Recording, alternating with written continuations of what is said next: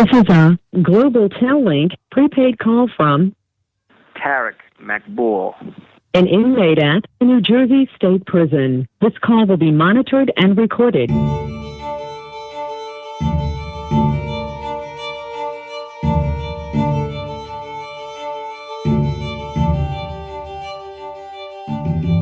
Hello, and welcome back to 1 Minute Remaining. My name is Jack Lawrence, the host and creator of this show.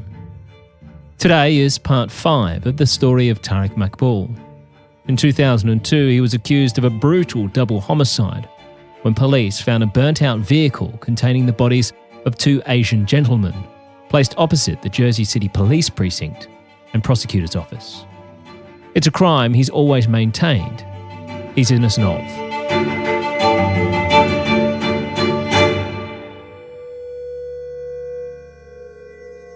In our previous episode, Tariq talked us through his initial arrest and questioning by a detective Russo. Tariq says he said nothing apart from asking for an attorney, which he was not given. Russo would write in his report that he did 3 days later that Tariq told him 2 stories. One giving a false alibi about being at a motel with a girl he was seeing at the time.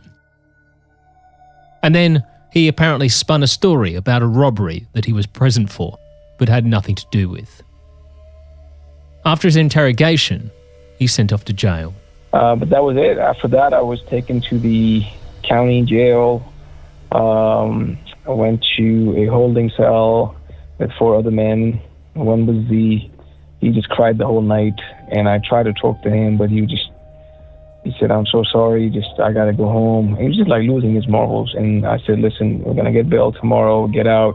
I wanna go to my attorney, bring your father, we'll be okay." And I was like, "Please tell me." He said, "I can't say anything, Tariq, I just can't." And he wouldn't tell you anything about what was going on? No, that night he was just crying. He was literally crying. And then he had an arraignment over in Jersey City, I guess it was being televised because they still had him in jail. And in the morning, we went to the holding first thing right after breakfast. Finally went from the judge, and they told me you have a $5 million cash bail. I said, "What?" And I saw him for the first time behind, just in like prison clothes, and it was surreal. And that was it, man. My life had changed at that time, so. That's it. My family was there, some of my family members. I was on the TV, they did it. I was like, are you crazy? These people are crazy. And as soon as I came out, all the officers, like the whole jail got like quiet. There were like 20, 30 guys in the bullpen. They all got quiet. They all heard I got a $5 million bail. They were like, "Oh my God, this guy's a terrorist." Then they took me from there and they put me in isolation. They put me in lockup. And I kept asking, "Why are you putting me in lockup?" Because the guys telling me this is lockup. I said, "I haven't done anything, break any rules." He's like, "No, you gotta go to lockup. Your bail's too high." They kept me in isolation, solitary confinement for the next 30 days.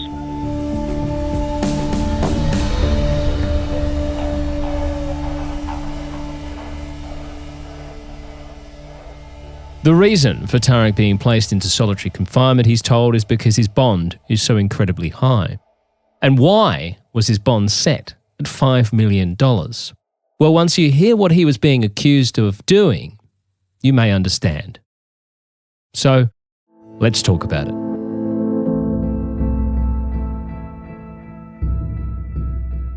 What the prosecution would eventually take to trial and state had happened that evening is as follows. Now, this is apparently according to Jay. The bodies that were found in the vehicle were identified as Joong and Mooney An. Joong An owned a cell phone business in Philadelphia with his wife, where they also sold prepaid cards.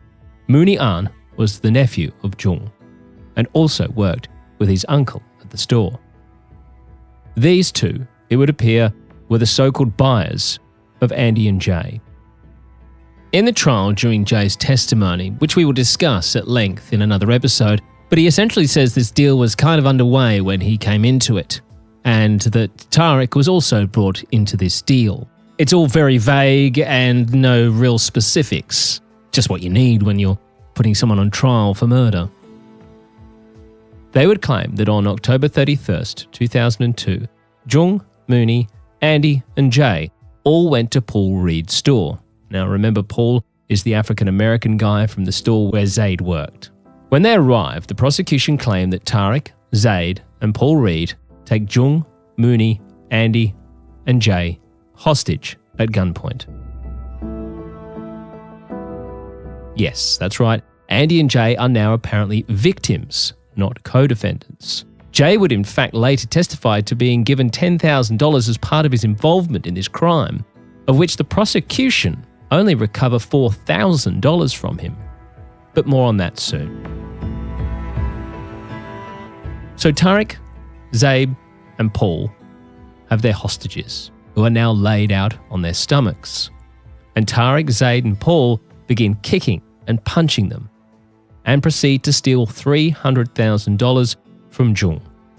Once they had the cash, they say that Tariq then sits on Joong's back and places a shopping bag around his face for about a minute in an attempt to suffocate him.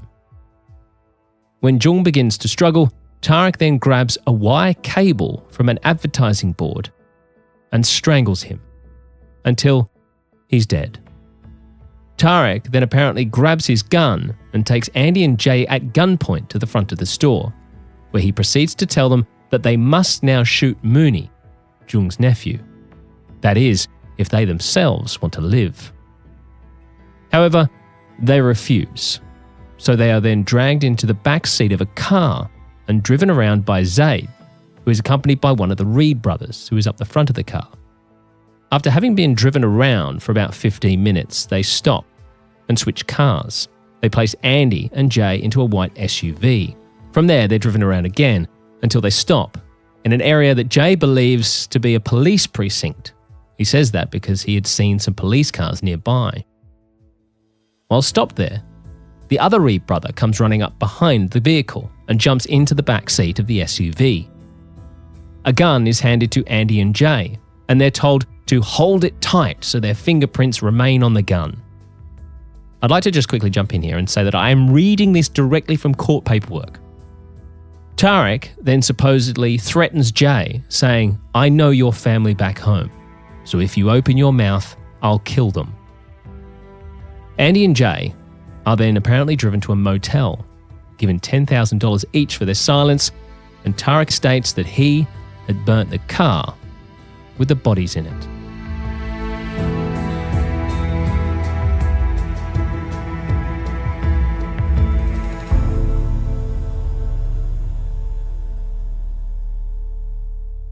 So what actually ended up transpiring with the situation is just so brutal. Like I said to you, they're making you out to be some sort of head of some sort of the New Jersey mafia or something, because it is just so brutal. So how do these other young, Pakistani guys who are just trying to get a deal together, when they say it went wrong, I mean, it didn't just go wrong. It went to an insane level. It went wrong. So I have no clue about how the end result happened.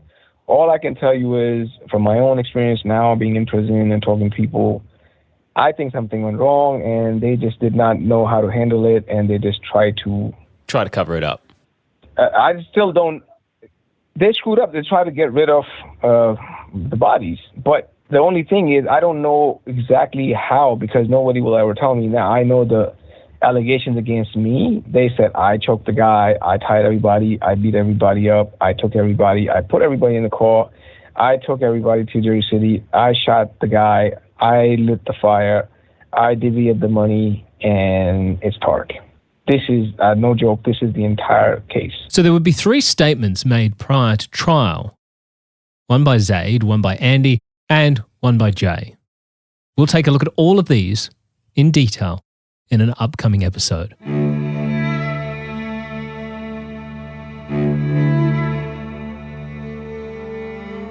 So you'd never been to prison before or anything like that. What was that experience like for someone who'd never been incarcerated? It was the first day I was in a shock. Like I said, for 30 days I was in isolation. It was one of the toughest times in my life. I've written about it in my pieces here and there. It really was. That was devastating for me, just because I was kept incommunicado from everybody. The time that I spoke with him, Jack, was really disturbing for me. Tariq's cousin, Shamila. Because there was no way to reach him, nor can he reach any of us. So when I finally was able to talk with him, it was I went to the county jail. So that was the first time in my life I've ever entered a jail. I had never been inside of a jail or prison at that point. I was a journalist. I covered legal issues, so I'd been in courtrooms, but I hadn't been inside a facility. Tariq's friend of over 30 years, Shaheen. His brother said, Shaheen, because his brother and I started getting to know each other. It's kind of sad that that's how we got to know each other. And his brother said, look, I'm going to go visit my brother. Very short amounts of time. Would you want to come? And I just said, yeah. And so I went to see him. So I was very scared. And I didn't know what to expect. Intimidating situation. And absolutely. Very, very sad. Just 31 hours locked in, 1 hour out. So sometime you'll come out at 4 a.m. in the morning. Sometime you'll come out at 12 in the afternoon. Next time you come out like 10 at night. It was just sleep deprivation to a level that I never experienced. It was just I was walking, talking zombie.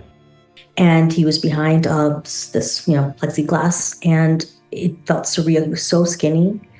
He looked like himself, but a broken version of himself. Very sad that I have to see someone I love so much here. And then to make it worse was the fact that I can't touch him. There's a wall, there's a glass. And I'm sorry, I may start to break down a little bit because everything in my mind is like it happened yesterday. And it was really, really hard for me to look at him like that. The fact that I had to pick up a phone off a wall to talk to him for him to be able to hear me.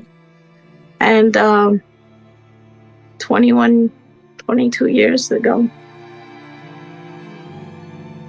And when he came in, it was... He's wearing this prison uniform. He comes and just sits down and just starts talking to me. There was no recreation. They would just lock everybody in. You just walk on the tier. I had to beg for phone calls. They wouldn't let me get a phone call because the prosecution had told them no phone calls from Maqbool. I had no property other than the clothes on the back. The jail clothes I had. It was hard. And I just remembered saying that, I don't care. I know you, and I've known you since we were children, because 15, we're kids, I don't know now, 10 years later. And I was like, you didn't do this. And I think he needed to hear that. People believed in him as well. As a matter of factly, but I can't come to grip with reality. Yeah. And so he's talking, but my mind and my ears are like, I'm just staring at him. Yeah, I just remembered saying, man, I got you. I love you. And I'd never told him like that I love you, in any sense, because we're friends. We just goofed off, right? We don't just talk about deep things. And yeah, he was, I think, that was one of the first times I'd said that to him, and he was like, yeah, I love you too. And I think he just appreciated having a friend. I don't know what he's saying, I just asking me about the baby and family, and doesn't want to talk about what's going on at all. He looks different in a way that I can't even explain. Just looks like somebody who has been stripped of identity, stripped of any basic dignity. He didn't look scared. He just looked stripped.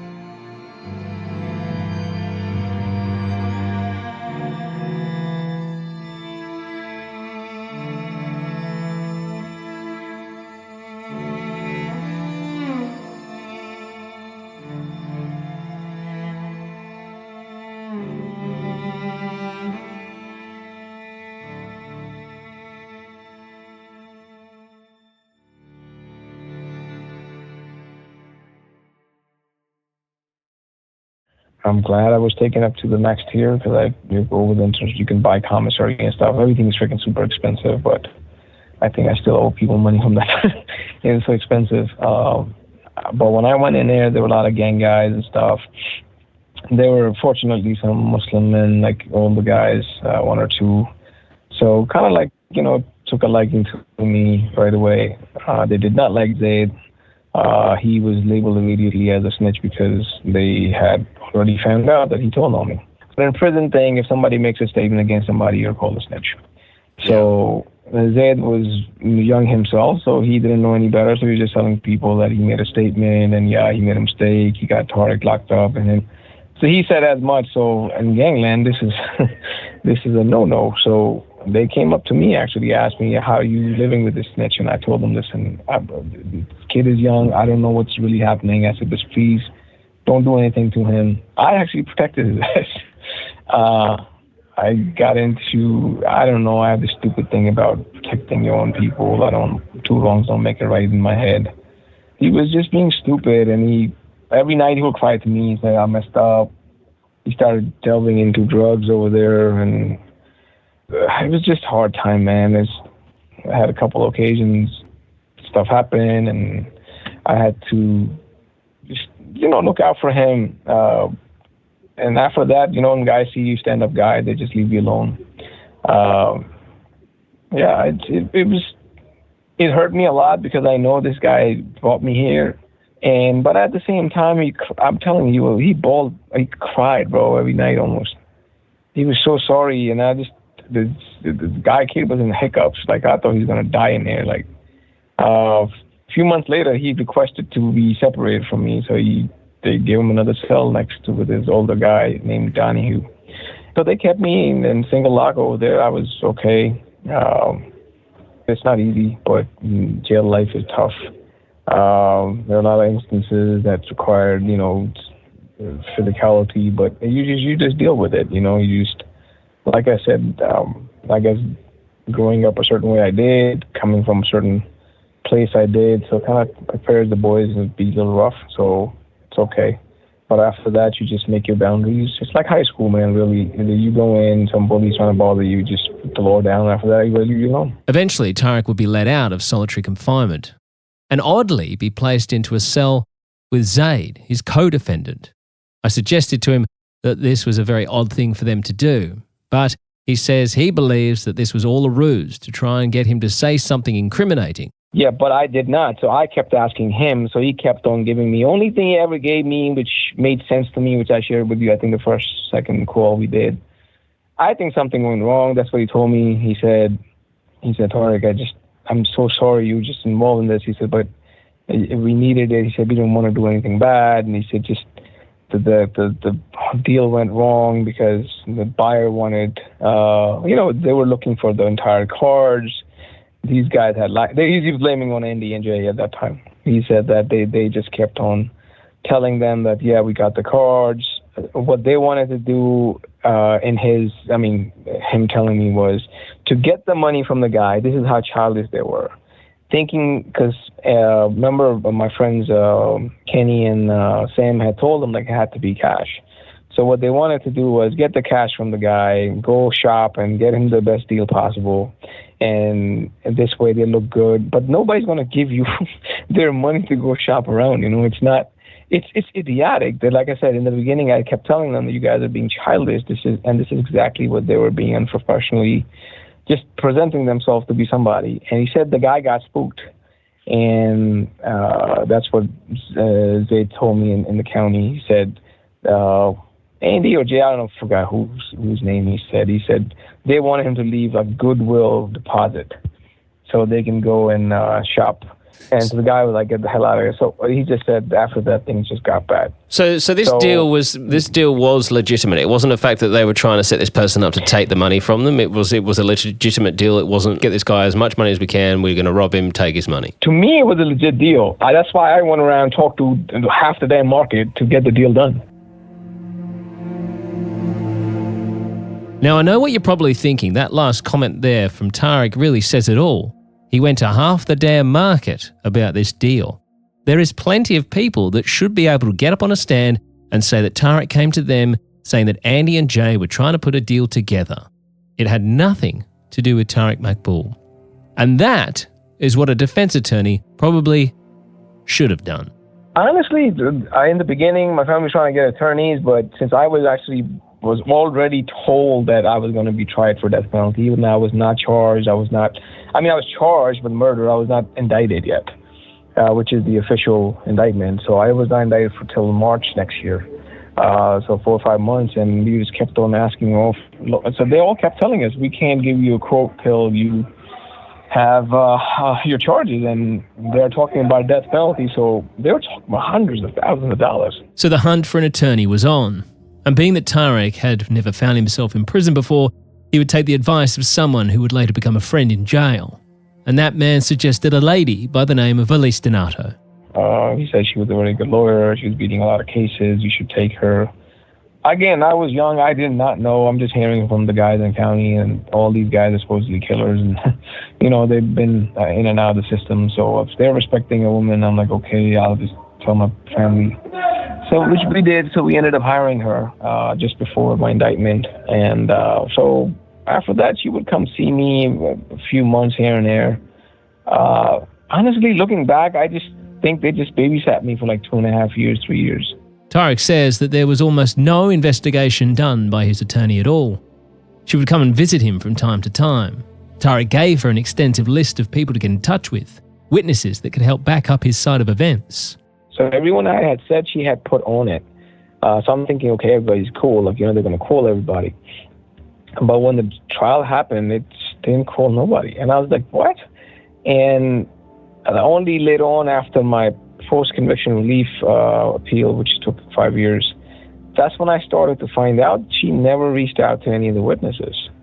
Only people she talked to was my brother, my direct family, my father. But Kenny, Sam, Sarah, my brother's girlfriend at that time, and just a whole bunch of people who she could have called, the mall people, the mall security, tapes, tower records I was screaming about, the phone records, the regular billing records for the phones. None of it was done.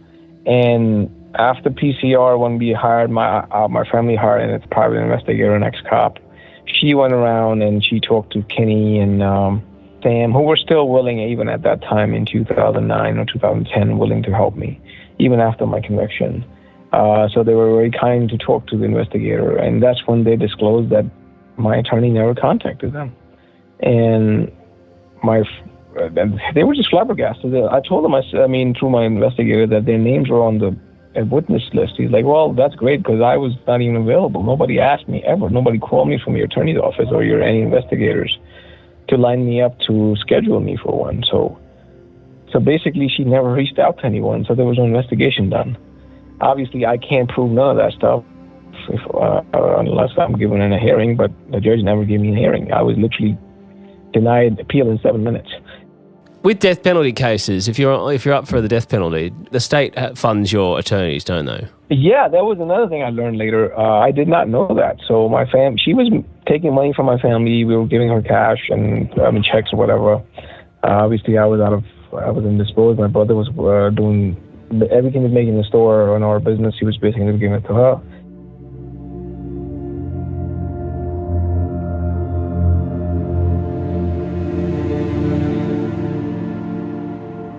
As we've learned during our time looking at many cases in the criminal justice system, most, if not all, of the people I've spoken with have been unable to financially afford good representation and have had some horrific tales of their defence, or lack thereof, that they were given by their court-appointed attorney.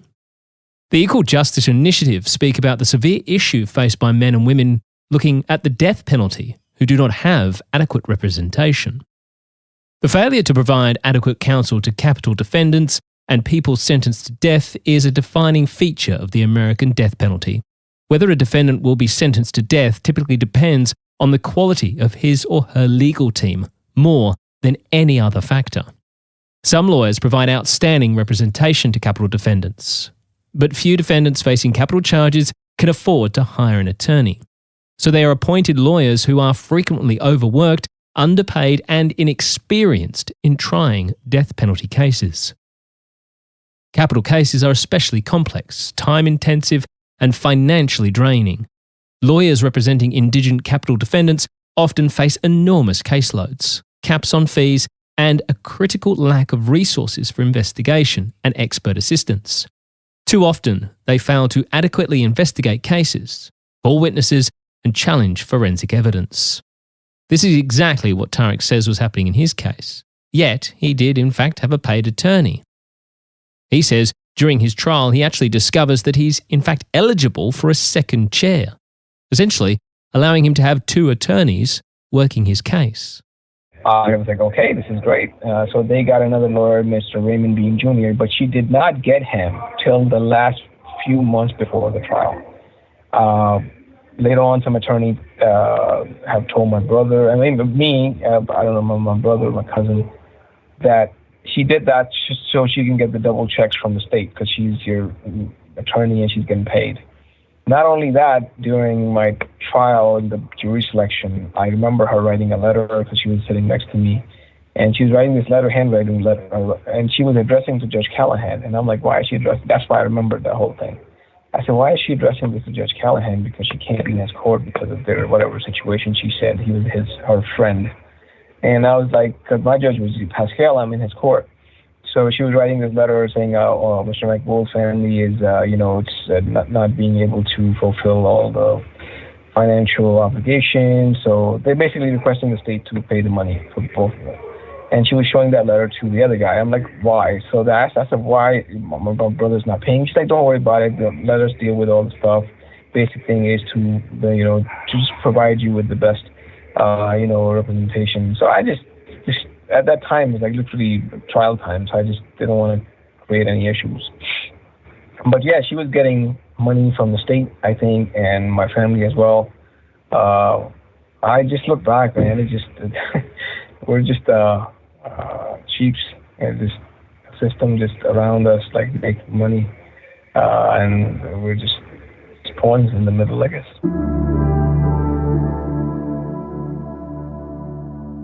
Tariq would be offered a plea deal of 30 years, as would his co-defendants in this case. But he and they turn it down.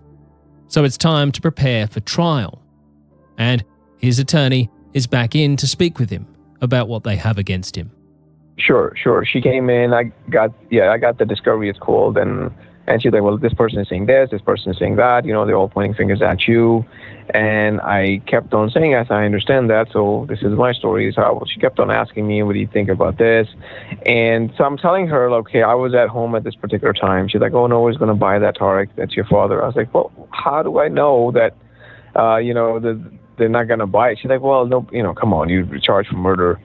And I'm like, and she said things that, I just let it go at the time. But I'm not going to, like I said, fight with the attorney. My family just hired for paying so much money. I said, I was home at this particular time. She's like, oh, well, your father saw you, your brother saw you. Who else? Did anybody else see you? So I got frustrated one time. I still remember that. I wrote it down when I came back in the notebook I used to keep. And I said to her, I said, I'm a person who works really hard. I left the meeting.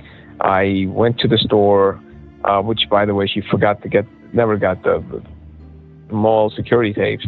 So I said, had I known somebody was going to point me out to a double homicide, I would have made sure I stopped at every gas station and every camera, every ATM. I didn't do it. I just took the route I usually take. My whole family knows the route I take. There's a particular way to coming from East Brunswick to my house. There are 2-3 different routes depending on the traffic. And that's where, even if you were my brother, you're home. If I didn't get home, you will take that route to go see where we're stuck at. So she was just not very happy with that whole thing. She's like, well, that doesn't help us. So yeah, she did talk to me about the case. She did say they have a lot of discrepancies. For example, the actual murder part, a lot of people just did not, nothing matched.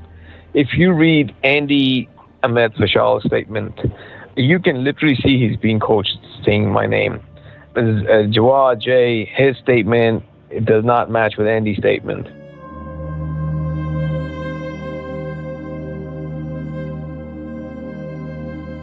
You have 1 minute remaining. And that's all we have time for. Coming up, though, we will take a look at these statements that were made pre-trial by Andy, Jay, and Zaid. It's just so dumb. It makes no sense. The whole story is so stupid. Hey, Jack, how are you, bud? Not too bad, my friend. How are you? I am good, man. Got a massive headache, but other than that, everything else is good. Well, mate, that's how I felt after reading statements by Andy, Jay, and Z over the weekend. Oh, my Lord. Oh, yeah? You read them all? Oh, my God. Next time on 1 Minute Remaining. 1 Minute Remaining is a Mashed Pumpkin production, created, hosted, and produced by Jack Lawrence, with thanks to special guest producer Alyssa Cook. Audio and sound design by Jack Lawrence and Dom Evans of Earsay.